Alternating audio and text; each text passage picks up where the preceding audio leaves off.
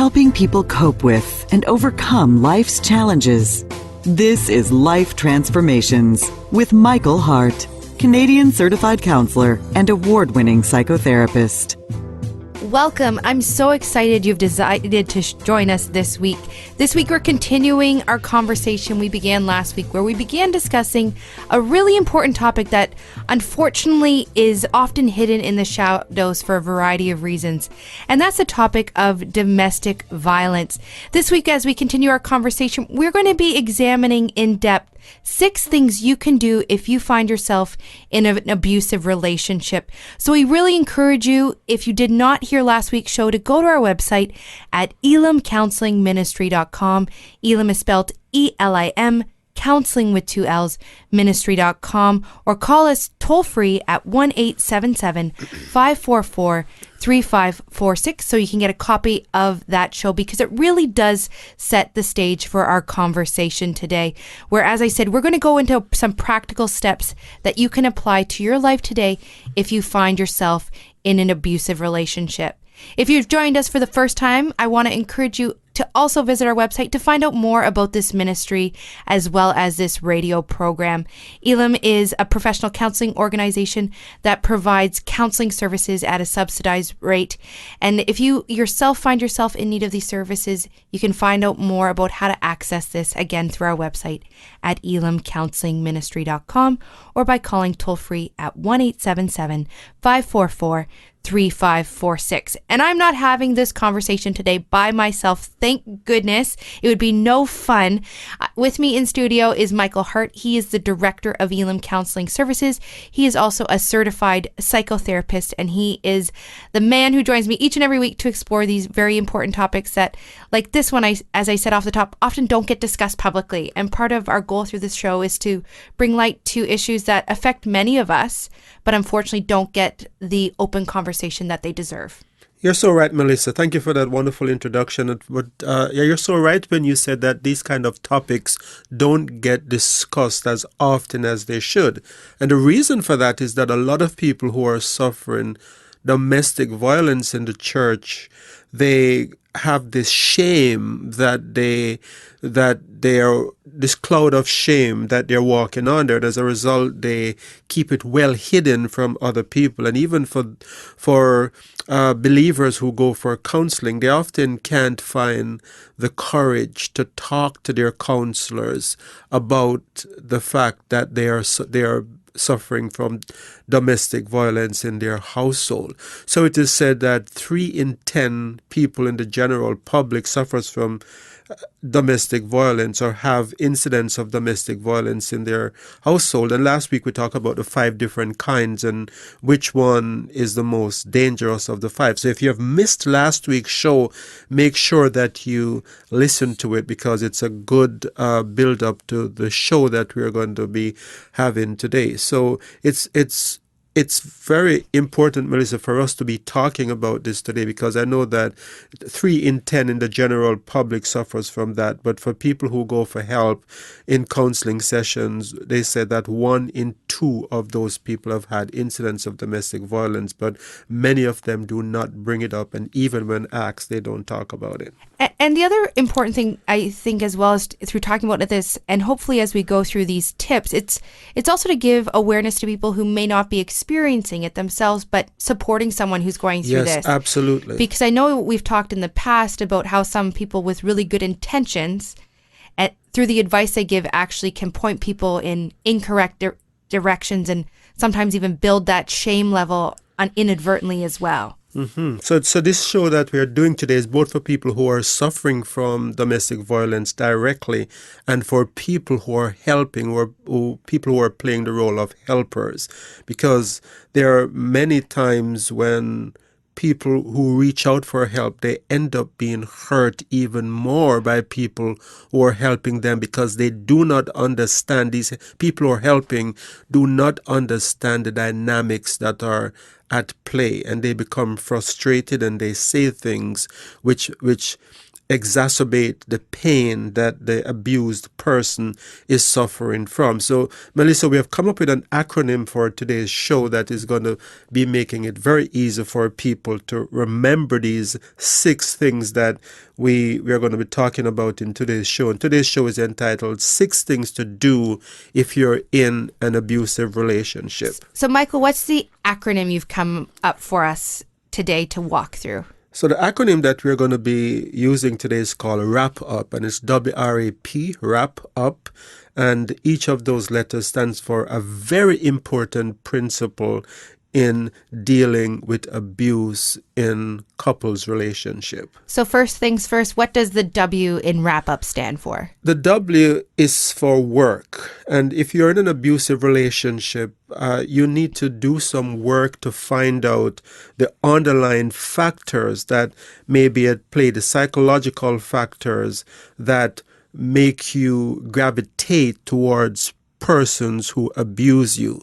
Because for men and women who are in abusive relationship, the current one is usually not the first and only one that they find themselves in. Many of my clients who come in say, I have dated many guys with different face, but it's the same personality. They're all abusers. They have all treated me badly. And this is not happening by chance. There are reasons why these women are gravitating towards men who abuse them. And in many cases, it has to do with the kind of childhood that these abused persons have had. And so what do you mean by that? How can my childhood affect who I'm choosing, whether it be a man or a woman, husband, wife in a relationship that may cause this to happen? So if you grew up in a household where you saw abuse, for example, you're much more likely to pick up a partner who abused you. And part of the reason for that is for people who haven't experienced abuse growing up, if they're dating someone and the person starts acting in a violent or aggressive way, that might be enough to say, you know what, this is not the person for me. I don't want someone with this kind of a temper. But if you are familiar with that, you grow up and you see your dad react to your mom, or vice versa, sometimes men are abused too in that kind of a way, it's much more likely that because you're familiar with it, you're not going to run as far as you should in the opposite direction. You are going to continue courting this person, and you will, and so this often leads to you finding yourself in a lifetime relationship with someone who has been physically violent to you because you didn't heed those early signs that would drive most people to run in the opposite direction.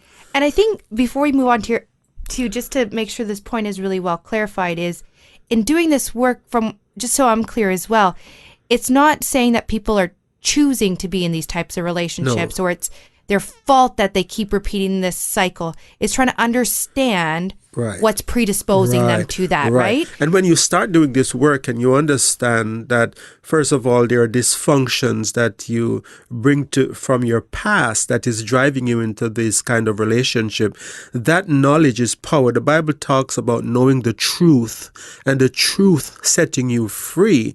And this is a very good example where if you know this, it can be very, very empowering for you to say, I am not going to pattern future relationships after the dysfunction in my childhood. But not only that, for children who were neglected or abandoned by parents growing up, they can develop low self-esteem and self-hatred. And this low self-esteem and self-hatred can also lead to them staying in abusive relationship, whereas a healthy person would say, no, thank you. I love myself too much. I'm not going to be in a relationship with someone who treats me in such demeaning and degrading ways. So that's the W in wrap up. What about the R? The R is for realize. And what I have found through my years of counseling couples and women who have been in abusive situation is that well, I should say men too, who are in abusive situation, is that they fail to realize that the loving part of the relationship is also part of the dysfunction.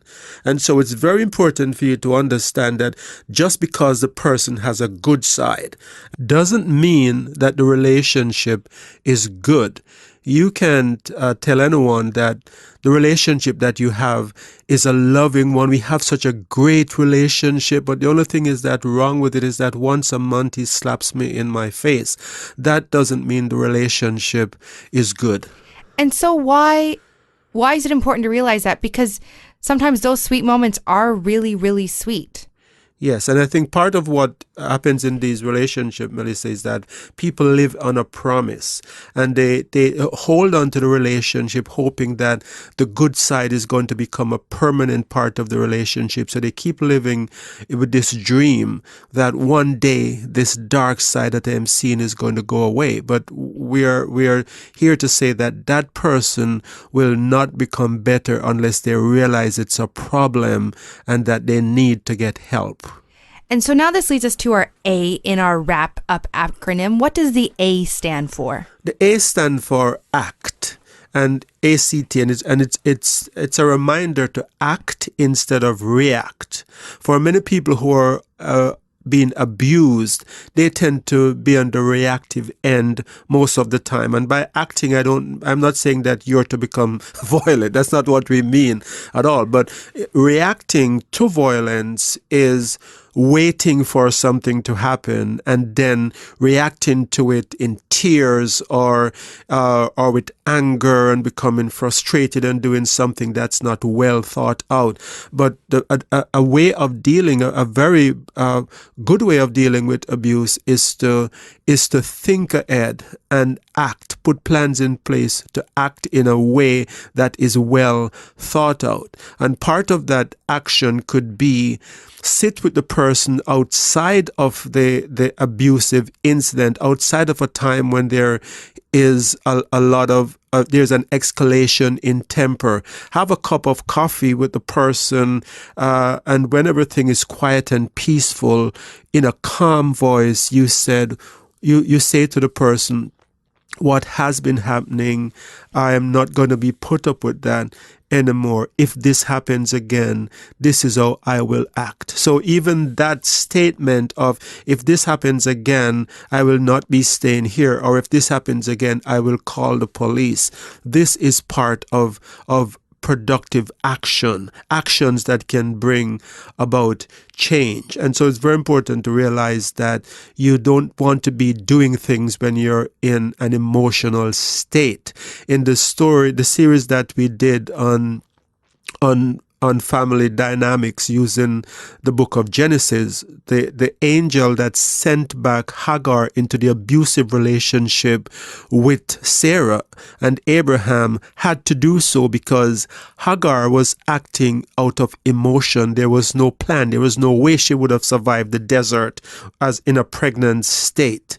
And so that's an example of someone who is reacting. Reacting puts you in danger. Reacting causes you to do things that make things worse. But actions, when you act outside of the emotion, the emotional state, it gives you a better chance of doing things. And part of this acting instead of reacting can mean that you can have a safety plan in place as well. So you might say, well, I'm hoping that it doesn't happen again, but if it happens, this is my safety plan. If you feel that your life is in danger and you might have to leave suddenly, part of acting instead of reacting could mean that you have a bag packed with all your important stuff, your passports and important papers that you need, that you can take with you when you're leaving, if you have to leave in a hurry. Or you might have a place planned. You may have approached shelters where you speak with the people at the shelter about availability and the likelihood of being able to go there if you have to flee in the middle of the night. So all of that is a part of acting instead of reacting. So act instead of react. And now we're at P. What does P mean? So the P is for practice. And when it comes to practice, we're talking about in particular practicing godly love. And a lot of times people practice dysfunctional love. So the love that they will say things like, I love this person so much, I don't want to do anything that is going to hurt this person. If I call the police, they're going to get in trouble, they're going to lose their job, and I don't want to hurt them. But godly love sometimes hurt us. The Bible tells us that the Lord chastens whom he loves. And so the chastening that we get from God doesn't harm us. It hurts us in the moment, but there's a big distinction between hurting and harming someone. So yes, the tough love decisions that you make to bring change in your dysfunctional relationship, in your abusive relationship, might indeed hurt the person, but that might be the very thing that the person needs in order to get help. Some abusers would never attend an anger management course if the police did not get involved with their family. And some of these men have never abused again because they finally got the professional help to deal with the underlying issues that are making them violent, and helping them to realize that it's not you that is making them violent, but that they're violent because they have unresolved pain that they haven't dealt with. And I think that's such a good point there, where it's understanding the true scriptural meaning behind love and how God expressed it. Because that is one of those things I think sometimes in our circles can be misconstrued, where it becomes sacrifice at all costs, and you're not sometimes helping yourself or the other person as a result. Yes, so I think in God, practicing godly love too, I think it's important for us to realize that godly love is not rooted in fear. Perfect love drives out all fear, the Bible say. And so if you're in a relationship where you're hanging on to it out of fear, like if I leave, this is what might happen. If I leave, I'm staying with this person because I'm fearful, then godly love makes us be able to do things that we realize in our own strength we can't do. So if you're in a relationship because of fear, that's not godly love. And God is not calling you to be in a situation, in a love relationship with someone that you're fearful of. And so now we're at to our second word in our acronym. So we covered the wrap portion. Right. What about the up? So let me just quickly say that we looked on the WRAP wrap, and now we're going to be looking at the UP, the up. So the W was for work on underlying issues. The R was for realize that the loving side of the person is part of the dysfunction. The A, it was for act, and we said there that you need to act instead of react. And the P, we said, is for practice, and that you needed to practice godly love. So now we come to the U, and the U is for understand. And it's very crucial to understand the cycle of abuse. So if you are in an abusive relationship, your relationship goes through certain patterns, and these patterns can go on for years. But what is interesting is that many people, despite the fact that they're seeing these patterns over and over and over again, they still keep hoping that the pattern is going to change. So the cycle of abuse goes something like this. One, there is an incident in which the person becomes angry and escalates to violence. Two, the person apologizes for what they have done in the heat of the moment. So I hit you, but I'm so sorry, it will never happen again. So it can go something like that. Or they might blame you and say, well, it's because you did this, honey, but I still love you. And so they cool off after a while. And then there is a honeymoon period. And so the honeymoon period is that phase where after the violent incident and to the apology, the third phase, the honeymoon phase, where things go very well for a while. But then there is the next phase of the abuse cycle where there is the next incident that happens again. And that brings us back to the beginning of the cycle where there is an incident that caused the violent reaction again. And so this pattern or something very similar fits every abusive situation. And so it's important to realize that if you're living in a hope that this cycle is going to change, it's not going to change. It's important for you to understand, and the use for understand that the cycle of abuse is not going to change unless you get help or your partner gets help. And so let us expand on getting help a little bit, because sometimes we get calls come into our counseling center where a wife will call usually and she'll say, I want to come in for counseling, but my husband will not come. I'm going to try to get him to come. And we usually tell these people that don't wait on your husband to get help before you go in for help, because your husband might never get help. Or the abusive person might never get help if it's a man that's being abused. The person who is doing the abuse, deep down feels that they are not doing anything wrong and that it's your fault. It's because you are nagging. It's because you bring out the worst in them. They never hit anyone else in their life and it's all your fault. So even if they decide not to get help, it's important for you to understand that cycle of abuse is going to continue over and over and over again. So now we're at the last letter of our acronym, the last P in our wrap-up acronym. And again, for those of you who may have missed the first half of today's show, we encourage you to listen to it on our website at elimcounselingministry.com or by calling us at 1-877-544-3546. So our last letter, P, Michael, what does this stand for? The P is for people. And by people, we mean avoid isolation, be with people, involve people in your life.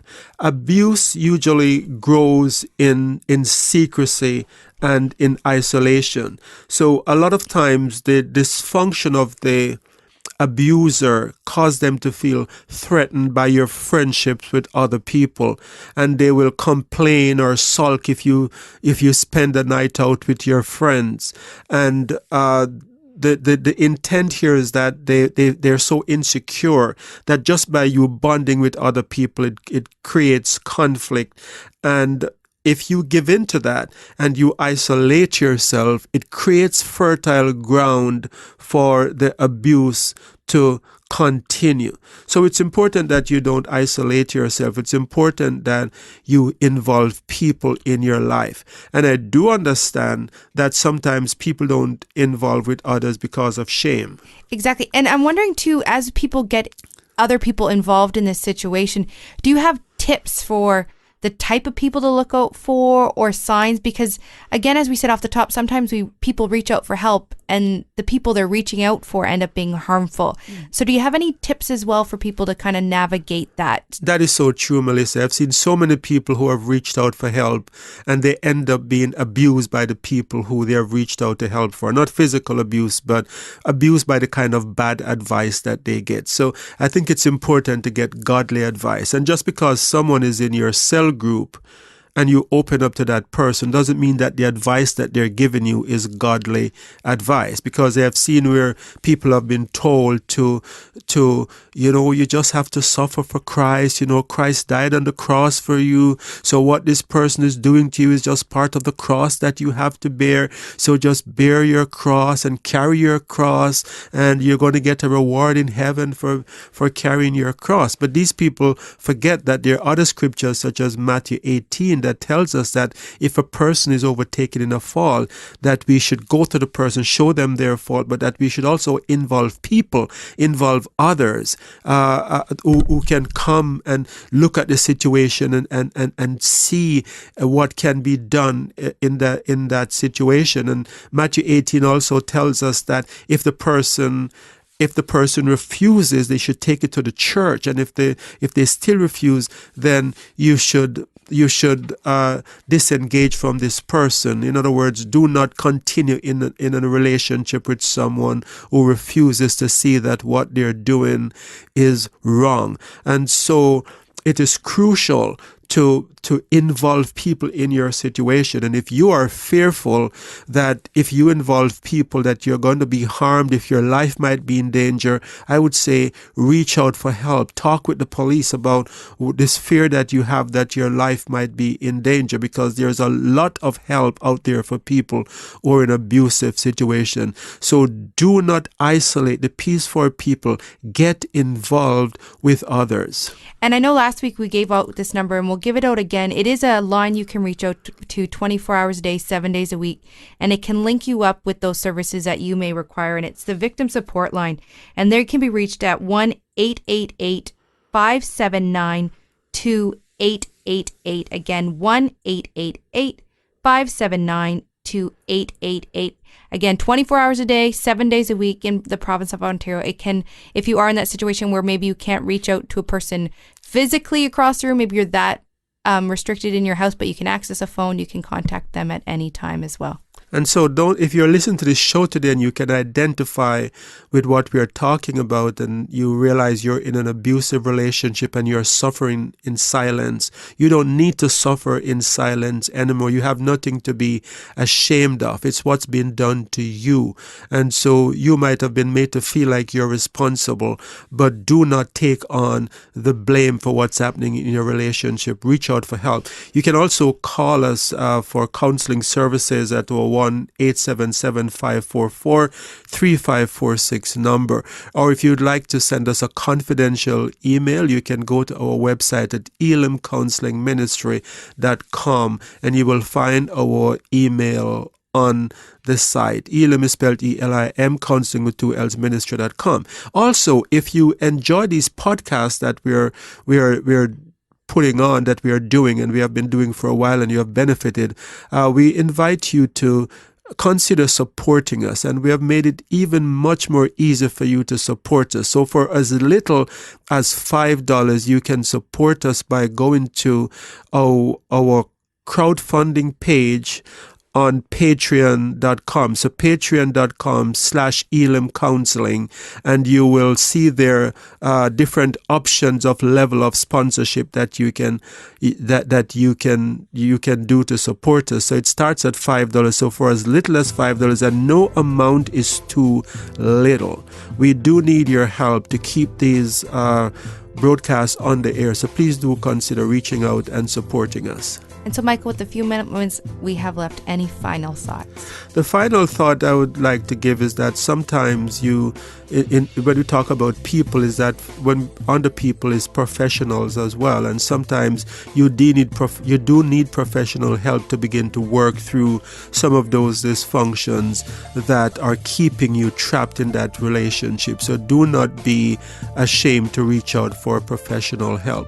So until next time, this is your host, Michael Hart of Elim Counseling Services, and Melissa Waggett, praying together that God would bless you in all your relationships and to keep you sound in mind and pure in heart.